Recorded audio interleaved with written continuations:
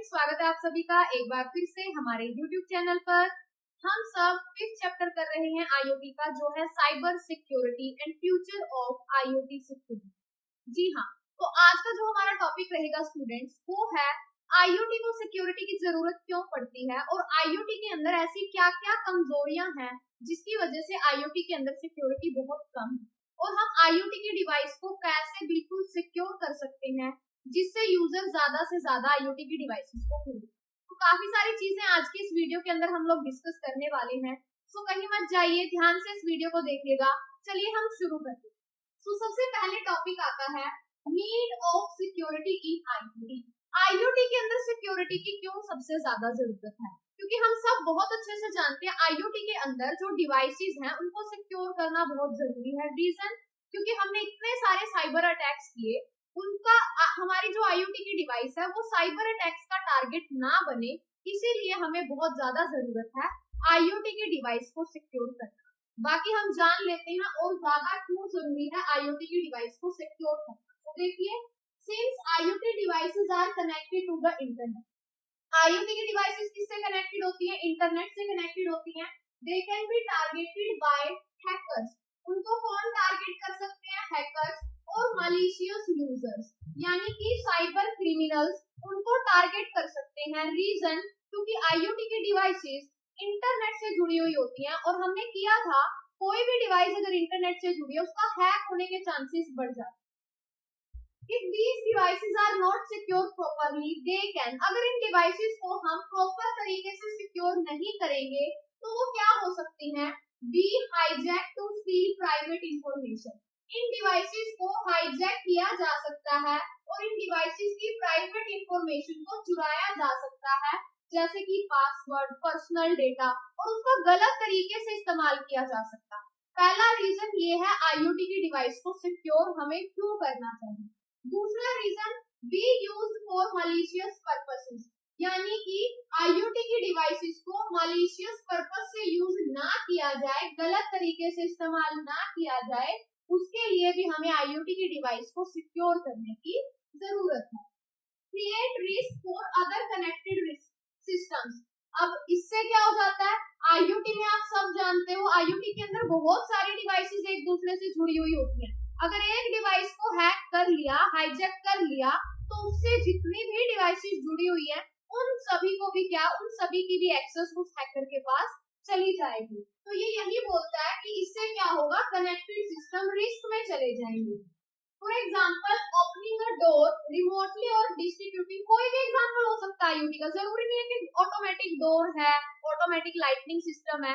IoT की हर एक system में कितनी सारी डिवाइसेस एक दूसरे से कनेक्टेड है, तो एक डिवाइस को अगर हैक किया तो सारी हैक ना हो जाए, बाकी सभी को भी प्रोटेक्ट करने के लिए हमें IoT को सिक्योर करने की जरूरत पड़ती है। इसके अलावा और भी बहुत सारे रीजन है क्यों हमें IoT की डिवाइस को सिक्योर करना है।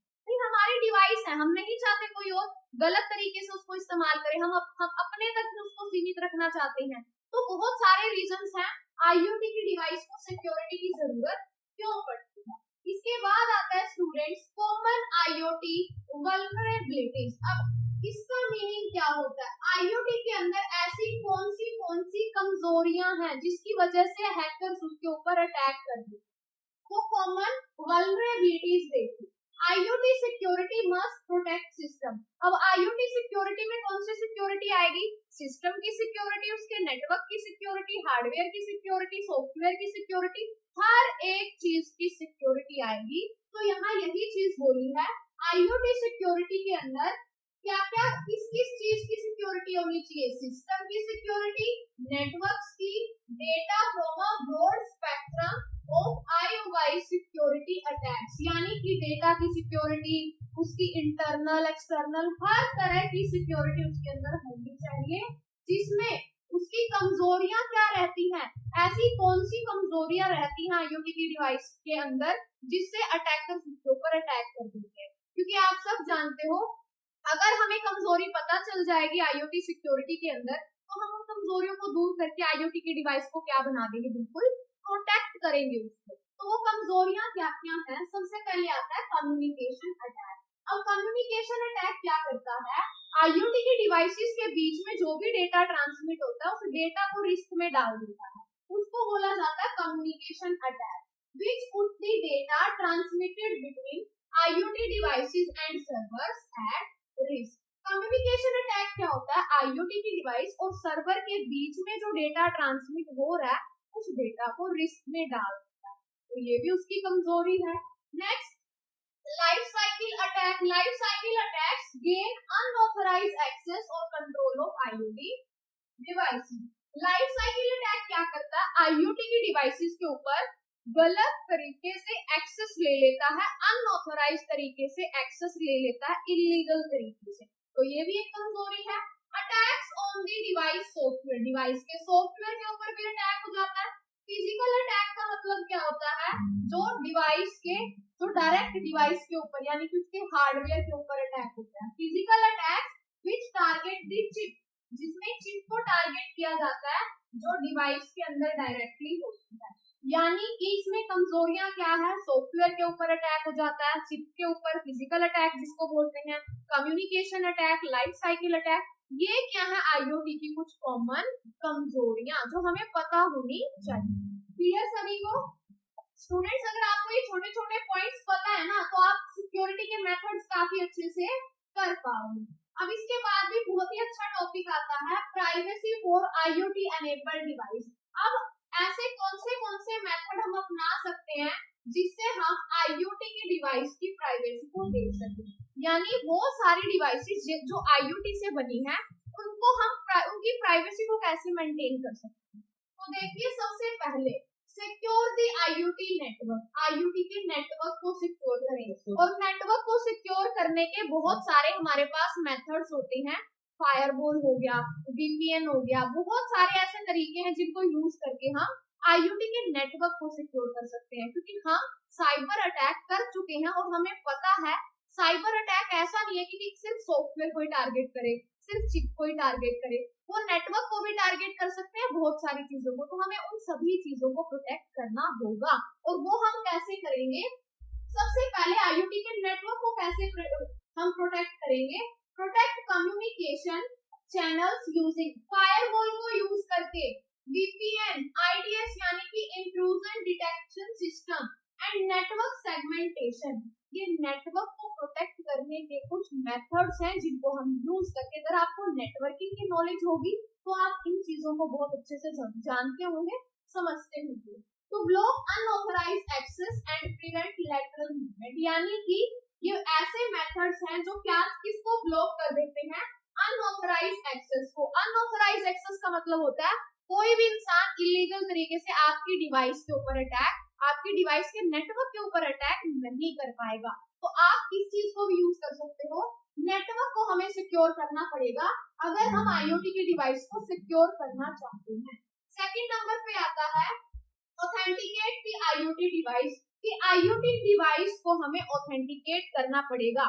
ऑथेंटिकेट आप जानते होंगे, मल्टी फैक्टर ऑथेंटिकेशन। अगर आप चाहते हो आपकी डिवाइस सुरक्षित रहे, आपको MFA मल्टी फैक्टर ऑथेंटिकेशन को एनेबल कर देना है।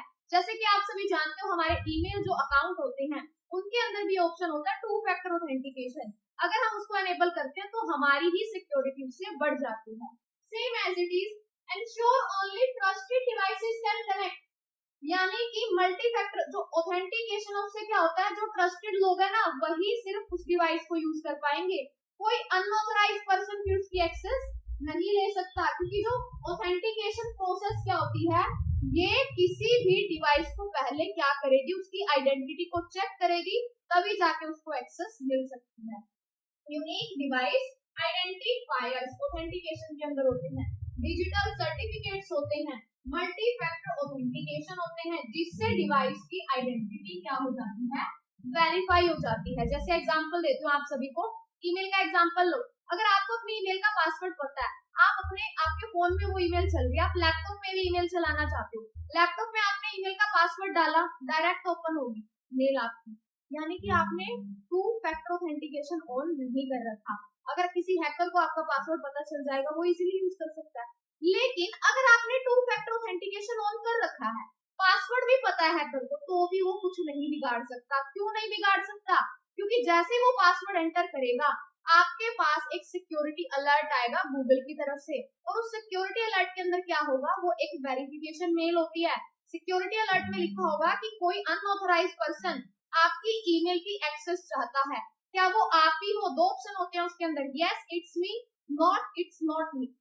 तो अगर आप वो यूज कर रहे हो तो यस करो, वो वेरीफाई हो जाएगी, वहां पे खुल जाएगी। अगर आप नहीं हो तो वहां उसको नो कर सकते हो। तो कितना अच्छा सिक्योरिटी का फीचर है। Same as it is IoT की डिवाइस के अंदर भी आप ऑथेंटिकेशन इस्तेमाल कर सकते हो उसको प्रोटेक्ट करने के लिए। इसके बाद आता है और क्या कर सकते हैं हम IoT की डिवाइस को प्रोटेक्ट करने के लिए? Use IoT data encryption. IoT के अंदर हम डेटा इंक्रिप्शन को यूज कर सकते हैं। आप सब अच्छे से जानते ही हो डेटा इंक्रिप्शन यानी डेटा के ऊपर पासवर्ड लगा देना। एनक्रिप्शन होता है उसको डिकोड एनकोड पासवर्ड लगा देना। एनक्रिप्ट डेटा ड्यूरिंग ट्रांसमिशन, जिस टाइम डेटा ट्रांसमिट हो रहा है उसको एनक्रिप्ट कर देना। इसकी हेल्प से हम उसको एनक्रिप्ट कर सकते हैं TLS और SSL। ये सिक्योरिटी लेयर्स होती हैं, जैसे सिक्योर सॉकेट्स लेयर, जिससे सिक्योरिटी बनी रहती है जिस टाइम डेटा ट्रांसमिट होता है एक जगह से दूसरी जगह के बीच में। And while stored at rest with AES encryption भी आप यूज कर सकते हो, जिससे आपका जो सेंसिटिव डेटा है डिवाइस का वो किसी गलत इंसान के पास जाने से बच सकता है। तो आप डेटा एन्क्रिप्शन मेथड्स भी इस्तेमाल कर सकते हो IoT के डिवाइस को प्रोटेक्ट करने के लिए हैकर्स। इसके बाद आता है और क्या यूज कर सकते हो आप, और आप यूज कर सकते हो PKI। अब ये PKI सिक्योरिटी मेथड क्या होता है? पब्लिक की इंफ्रास्ट्रक्चर। अब ये पब्लिक की इंफ्रास्ट्रक्चर क्या होता है? Implement digital certificates. आप डिजिटल सर्टिफिकेट यूज कर सकते हैं, या फिर पब्लिक या प्राइवेट की पेयर्स होते हैं डिवाइस को सिक्योर करने के लिए, ऑथेंटिकेशन के लिए, end encrypted communication between devices. यानी कि जो ये PKI मेथड होता है, इसमें क्या कर सकते हो आप, इससे आपकी डिवाइस कैसे सिक्योर होगी?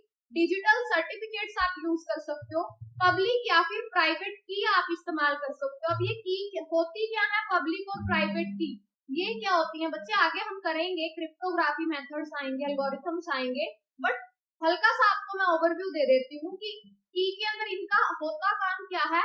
ये क्या करती है, ऑथेंटिकेशन में इस्तेमाल की जाती है।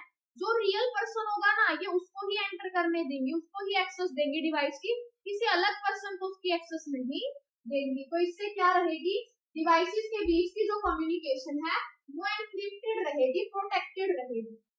इसके अलावा क्या कर सकते हैं हम, use IoT security analytics. IoT के अंदर हम सिक्योरिटी एनालिटिक्स को इस्तेमाल कर सकते हैं। सिक्योरिटी एनालिटिक्स का meaning monitor IoT network traffic. IoT के नेटवर्क पे ट्रैफिक कितनी है और उसकी डिवाइस का बिहेवियर कैसा है, यूजिंग मशीन लर्निंग। एनालिटिक्स का मतलब क्या होता है, एनालाइज करना।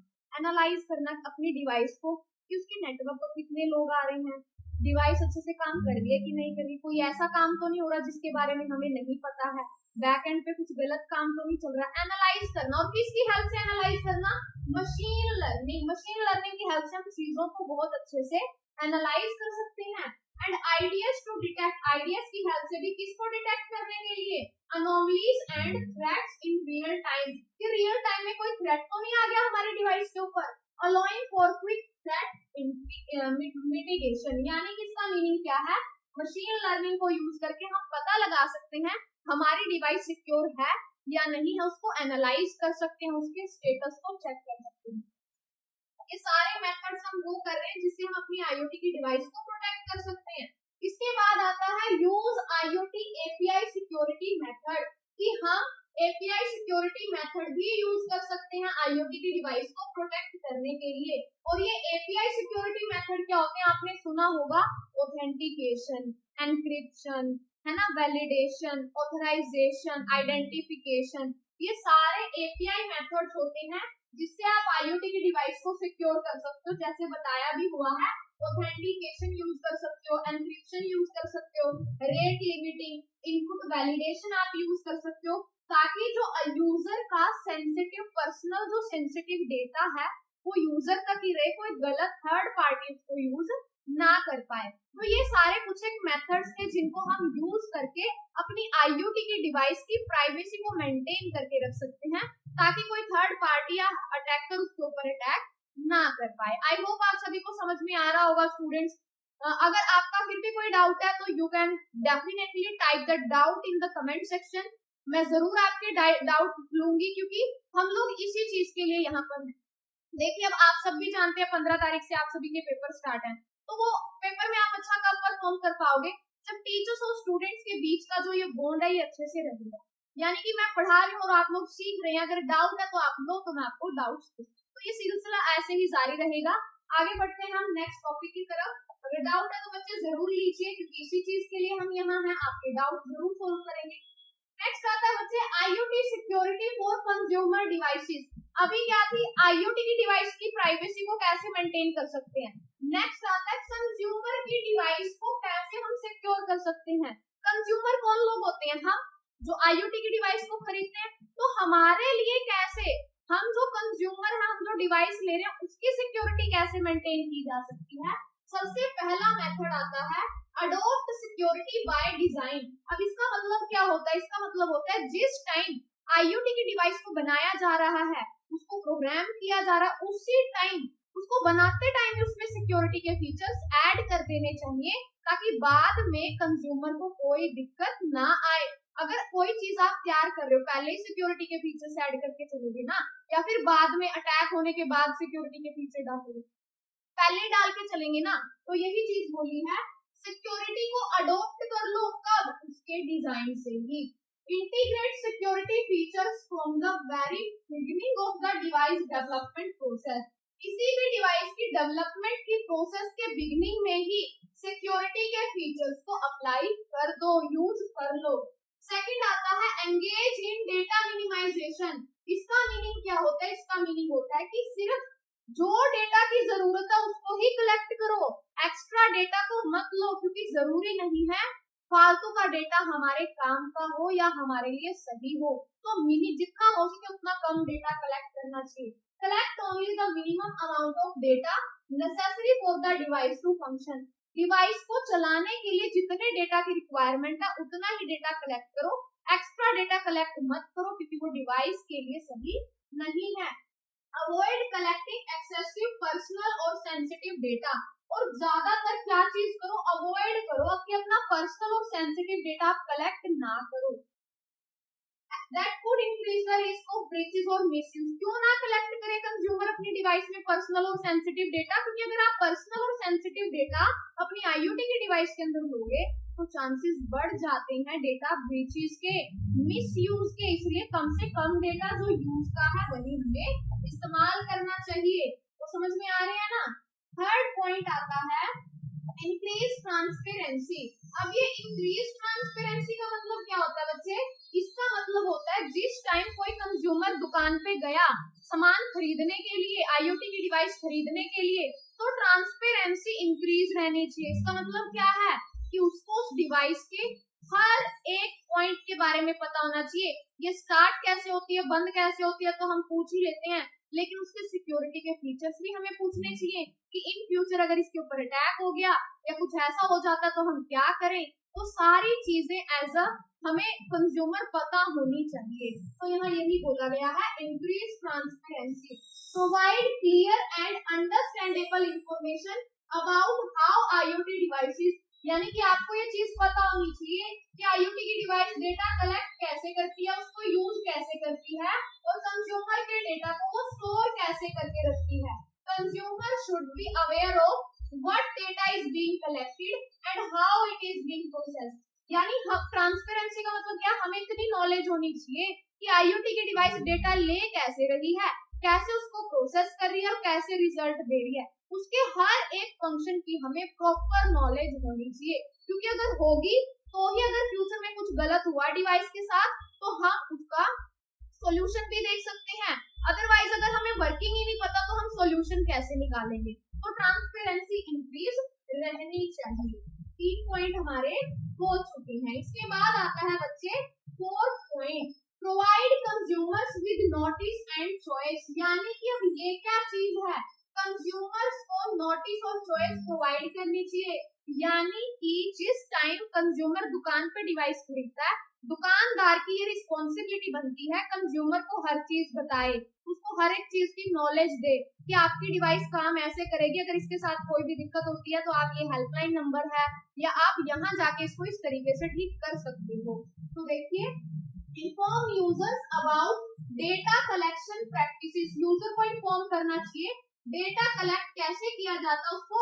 Give them the options to make inform decisions, कैसे आप अच्छे डिसीजंस ले सकते हो, जैसे कि ओपनिंग ऑप्ट इन और opt out choices for data sharing, providing clear accessible privacy policy, यानी कि दुकानदार की रिस्पॉन्सिबिलिटी बनती है कि वो कंज्यूमर को सारी पॉलिसी समझाए उस डिवाइस से रिलेटेड, उसकी सिक्योरिटी से रिलेटेड, उसकी प्राइवेसी से रिलेटेड। इस तरीके से कंज्यूमर की डिवाइस को क्या किया जा सकता है बच्चे, प्रोटेक्ट किया जा सकता है। ये सारे मेथड्स यूज करके हम क्या कर सकते हैं, उसको प्रोटेक्ट कर सकते हैं। सो ये था आज का हमारा टॉपिक, जिसके अंदर हमने सबसे पहले डिस्कस किया आईओटी की डिवाइस को सिक्योरिटी की जरूरत क्यों है। उसके बाद हमने आईओटी के अंदर की कुछ कमजोरियों को समझा कि ऐसी कौन सी वजह है जिससे आईओटी की डिवाइस के ऊपर अटैक हो जाता है। उसके बाद हमने किया आईओटी की डिवाइस की प्राइवेसी को हम कैसे मेंटेन करके रख सकते हैं। उसके बाद हमने एट लास्ट किया कंज्यूमर की डिवाइस को कैसे प्रोटेक्ट किया जा सकता है। आई होप आप सभी को अच्छे से समझ आया होगा बच्चे। अगर फिर भी आपका कोई डाउट है आप जरूर मुझे बताएं ताकि मैं उसको सोल्व करूं। तो फिर थैंक यू सो मच, मिलते हैं हम अपने नेक्स्ट लेक्चर में एक नए टॉपिक के साथ। तब तक के लिए बने रहें हमारे साथ। वीडियो अच्छी लगी हो तो लाइक जरूर करें। Thank you so much students.